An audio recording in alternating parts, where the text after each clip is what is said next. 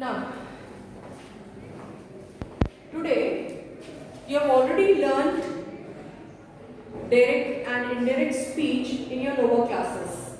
We are going to revise it. We are going to revise the topic and try to recall the rules that can be applied for transforming from direct to indirect. Okay. Now let's take up the first sentence. We are taking up the statements today. Questions, exclamatory sentences we will be revising in the next period. Okay. So we will take up the first topic related to the direct and indirect speech, and that is the statements.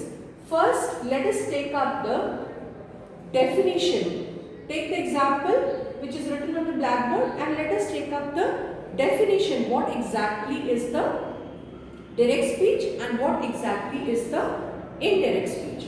Now you see this example. He said, I am unwell. He said, I am unwell. What do you find here? Inverted commas are there. The words are quoted within inverted commas. It means the speaker, that is the he is the speaker here, no? He is speaking something.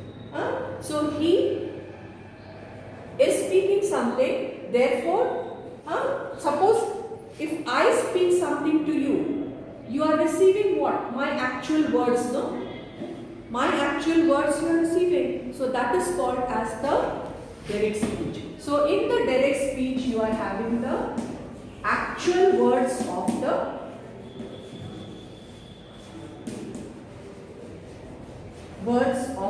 speaker. Okay, you are receiving whatever I am speaking, you receive the actual words. So actual words in the first sentence, the actual words of the speaker, that is the pronoun he is the speaker here, has been quoted. Therefore, this particular sentence is in the direct form. Okay? Is it clear? Then the same sentence, when it is being transformed, it is being transformed into indirect speech. This particular is in the indirect form. You can also call it as the reported speech. Indirect speech can also be called as the reported speech. Now, for example, I have said something to you. So what happens?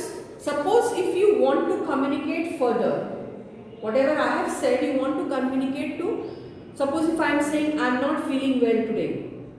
If you want to say my words or if you want to communicate what I have said to the third person, will you say I am not feeling well? You will not say I am not feeling well. No, you will change. You will transform it into the third person. So the same thing has been done here. He is the speaker here and said remains the same. That has to be used before an indirect statement. That has to be used before an indirect statement. Here that is used as the connective. It connects. Okay? That is used in the indirect statement as the connective to connect the indirect statement here. So this I is the first person, no? It has been changed to third person. Okay? Then am. Am is the present tense. Do you know the forms of be? Do you know the forms of be? Very important. Very important it is. Is it coming in the video for this side? Check it out. Forms of be. What do you know about forms of be?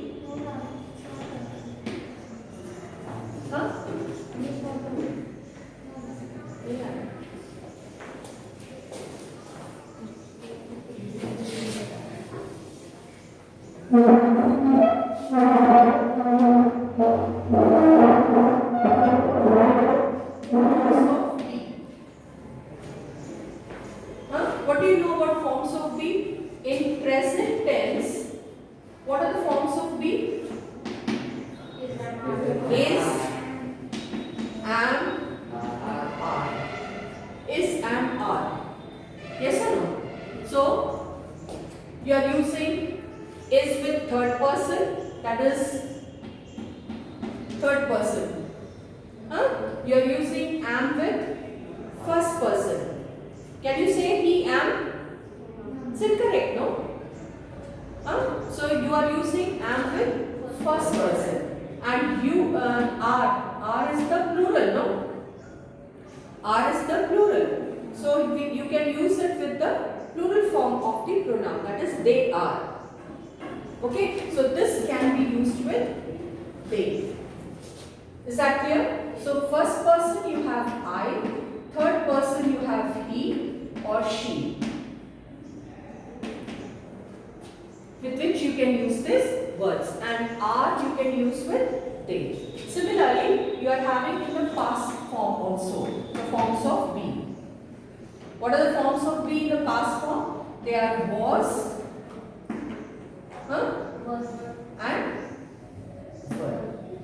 So you are using was with I was, he was. Clear? So you are using it with first and third person, and were you are using it in the plural form. You are using it in the plural form. This is used in the singular form. Clear? So you can use here they were playing, I was playing, he was playing, singular, and when it is plural you will use were. These are the forms of be. So in this sentence you are having am, which is a form of be, okay, and you find here I is a singular form. So with I, am is used. When you change it into he, when you transform I to he, that is third person, present tense will then change to past tense. This is a very important rule that you have to keep in mind. Any kind of present tense, whether it is simple present, it will change to simple past. It is present continuous, it will change to past continuous, and present perfect, it will change to past perfect. Okay, so he was unwell. This is the transformation of sentence in the reported speech form. Clear? Then I have written one more sentence on the blackboard. He said the earth moves round the sun. Now this sentence is dealing with the universal truth. So in case of universal truth, you cannot change the tense. The tense remains same. Present tense will remain present tense only in case of universal truth. Is that clear? You can't say the earth moved around the sun. That is not. So in case of universal truth, habitual actions, the present tense remains the same. It doesn't change. So in the reported speech, in the indirect form, you find that the answer for this question sentence will be, he said that the earth moves around the sun. Okay, this is what you have to keep in mind related to the statement. Then you also have to keep in mind that the words adverbs like now,